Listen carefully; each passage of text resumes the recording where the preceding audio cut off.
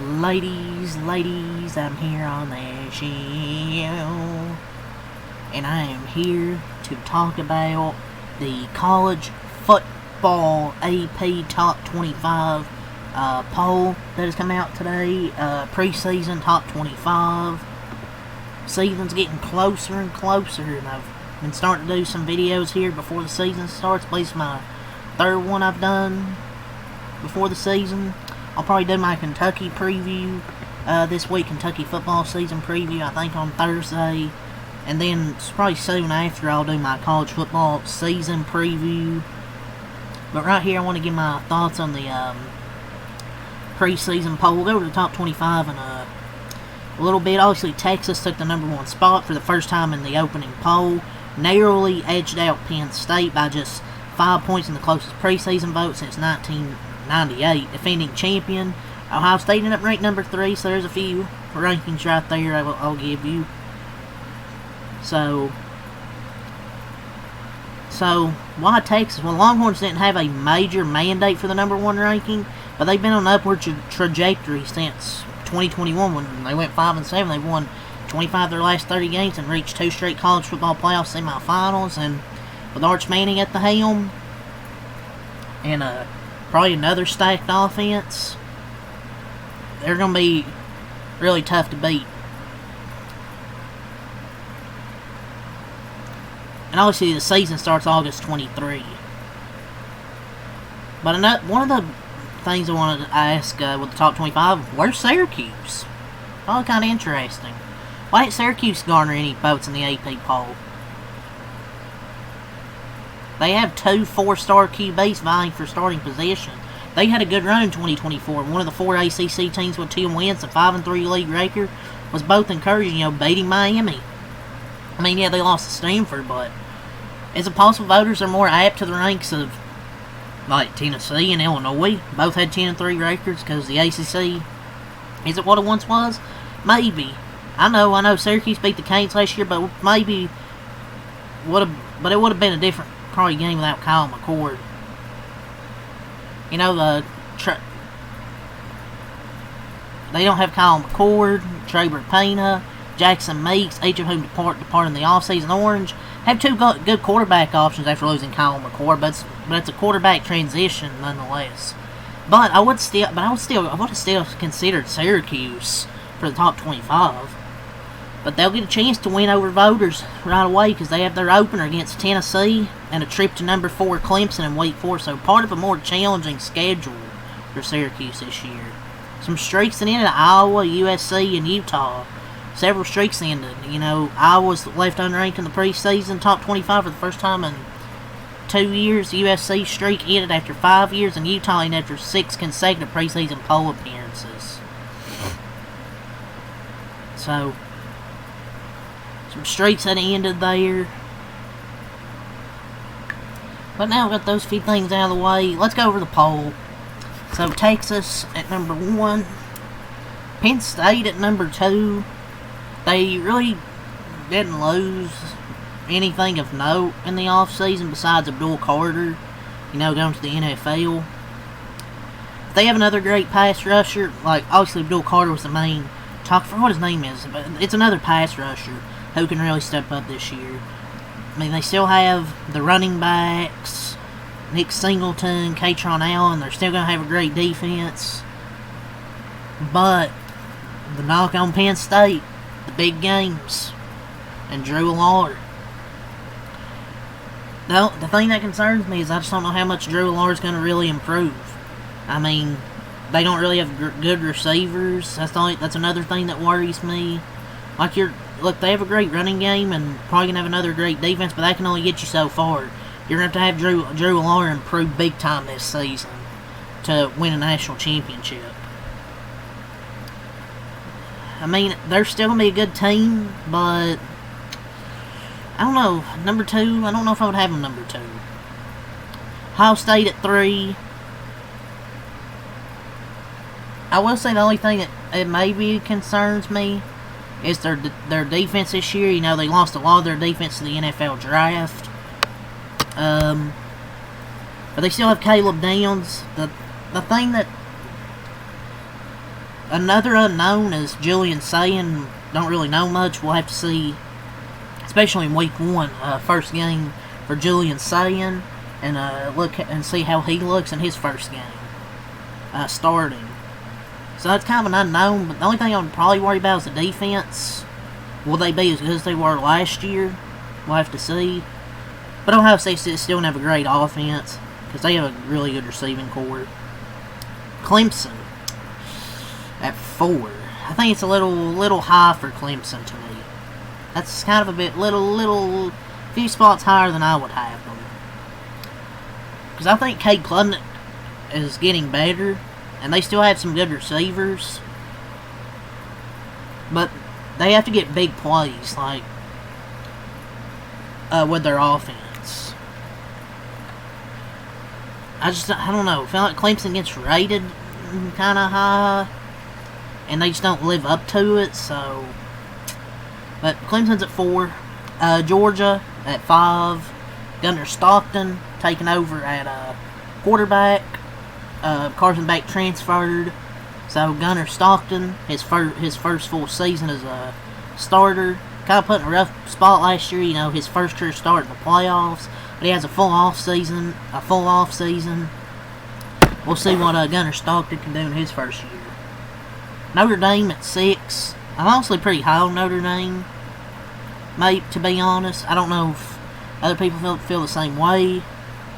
As long as they have Marcus Freeman, I think they're going to be a contender for years to come, because their defense, you know they're going to have a good defense. Like, they lost a few guys, Joe Alt to the NFL, I think something Mills on their defense or something like that, but I think they're going to have a good defense. We'll see with the quarterback. I think Minchie and some other dude. We'll see who's their starting quarterback.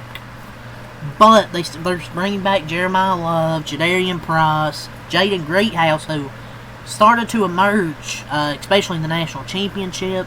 So I think I'm probably gonna be pretty high on Notre Dame. I don't know if other people will, but I'm pretty high on Notre Dame, to be honest. Oregon at 7.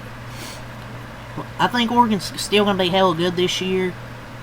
We'll see in the big games, but I like Dan Lanning. It's just they always seem to underachieve. I think they're having Dante Moore as the quarterback for them this year. Oregon always seems to have an explosive offense, so I'm not really concerned about that. I don't know much about Dante Moore. Wasn't he a freshman quarterback for UCLA? I'm pretty sure he was a freshman quarterback, and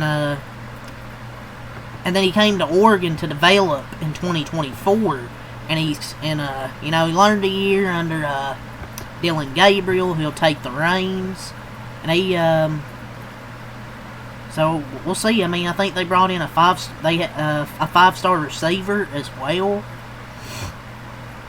So. But the thing that kind of concerned me was Oregon. Dan Lanning said Oregon QB didn't stand out in a scrimmage. I know it's only a scrimmage. We'll just have to see. And he was verbally committed to Oregon throughout the fall of 2022. So we'll just have to see with Oregon. Honestly, Alabama at 8 had a down season last year. Ty Simpson will be the quarterback this year. Who? I mean, he's looked good in the camp with, like, I've seen videos, but we'll have to see. Ryan Williams in his second season. Alabama's defense was good last year. It's just they really struggled to put up points, it feels like, a lot of the time. So we'll see if they can have a bounce back year in the second year of Kalen DeBoer. They brought back Ryan Grubb, I believe, who was, I think, on the Washington staff with Kalen DeBoer. So we'll see if their offense takes a big step up this year. LSU at 9. I think they'll be like a top 10, 15 team. Miami at 10. I'm not really high on Miami. I think their quarterback situation got worse. Like, Carson Beck for Georgia was wasn't bad until last year. He just turned the ball over too much. But I'm just not high on Miami in general. I'm sure their offense won't be as explosive as it was last year. I'm sure it'll still be good. But the thing that if they want to contend, their defense has to be better. I don't think it can be worse than it was last year. If their offense can still be halfway explosive and their defense be a lot better, I think maybe. Arizona State at 11. Sam Leavitt this year. Obviously at the helm. Had a really good year last year with Cam Skibbity. Scatterboo. Illinois at 12.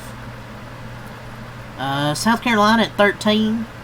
Lenoris Sailors at QB. I think South Carolina will be a top 15-20 team.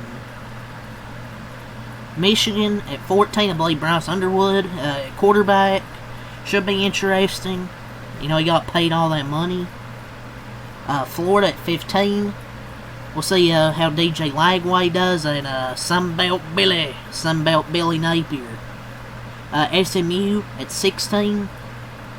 They could possibly compete again for a playoff spot.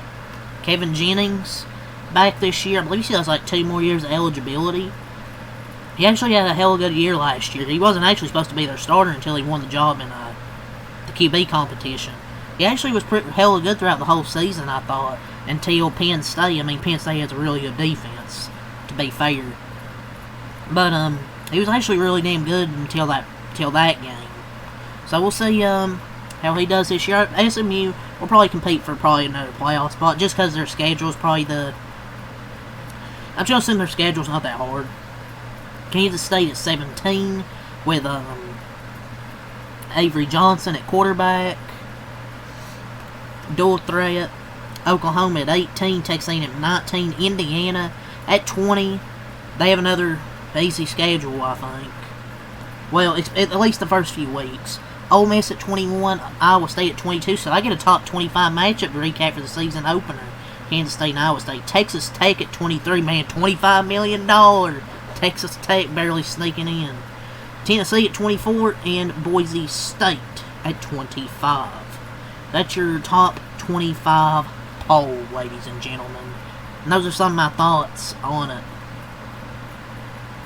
I want to talk about Boise State. Maddox Madsen, he returns at quarterback after a strong 2024. He threw 3,000 yards, 23 touchdowns, 6 interceptions. So, but yeah, those are some of my thoughts.